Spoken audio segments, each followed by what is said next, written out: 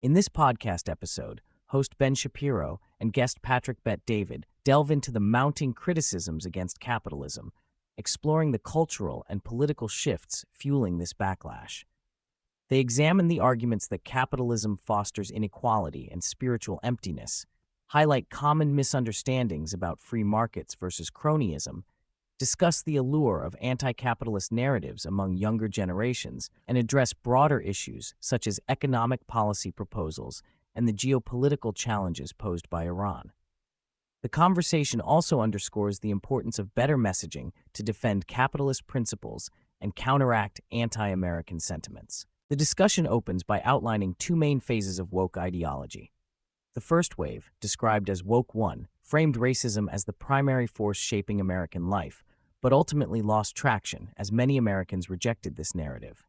The second wave, Woke 2, shifts focus to capitalism itself, blaming free markets for imperialism, colonialism, racism, and exploitation. This new critique advocates dismantling markets in favor of centralized government control. Shapiro points out that this assault on capitalism now garners support from both the left and segments of the right, complicating the defense of free enterprise. A critical part of the conversation centers on a long-term economic chart showing global GDP per capita soaring from near zero in the pre-19th century era to almost $25,000 today, a trajectory closely linked to the rise of private property rights and free markets. Shapiro argues that this exponential growth in wealth and living standards is the direct result of capitalism, rather than government central planning or regulation.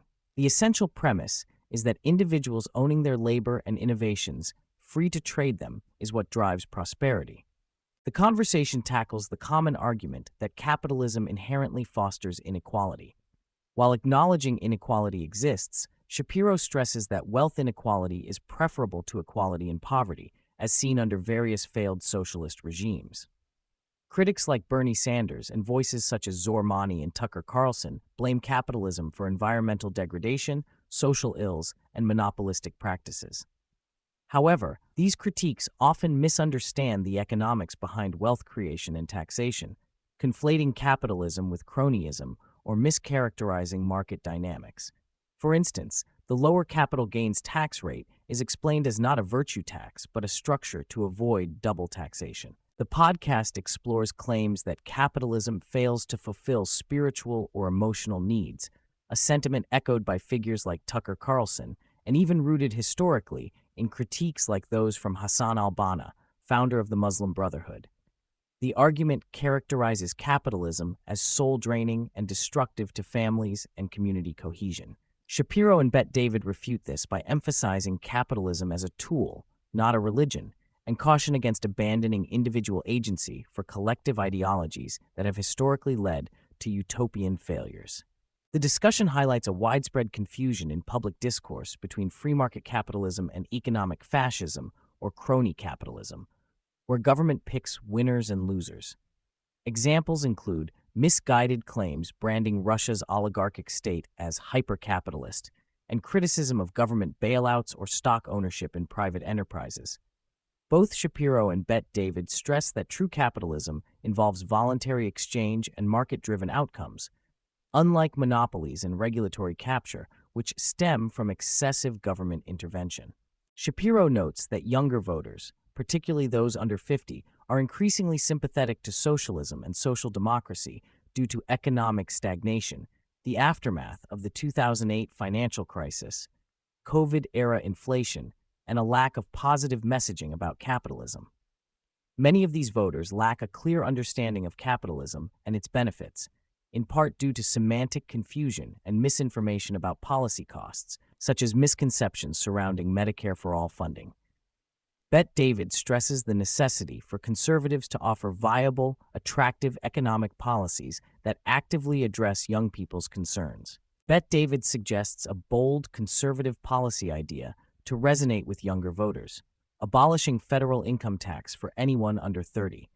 This, he argues, would encourage saving and career focus among youth, possibly addressing affordability and the declining birth rate.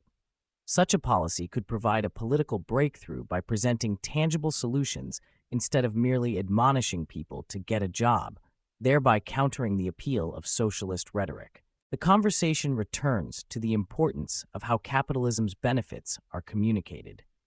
Both Shapiro and Bet-David agree that conservatives often focus too much on logical arguments and fail to appeal emotionally to people's desires for recognition, freedom, and self-determination. Bet-David emphasizes that successful capitalists are driven by innovation and passion more than money itself, and that the conservative movement must reclaim storytelling that gets people emotionally invested in the capitalist dream. Shapiro expresses the need for tough love in encouraging employment and self-reliance, arguing that people must take responsibility for their circumstances.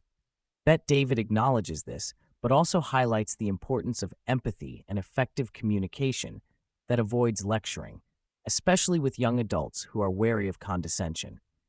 They agree that Republicans and conservatives can improve outreach by blending facts with emotional connection. The discussion shifts to Iran, with Bet-David sharing his personal background and insights into the Islamic Revolutionary Guard Corps, IRGC.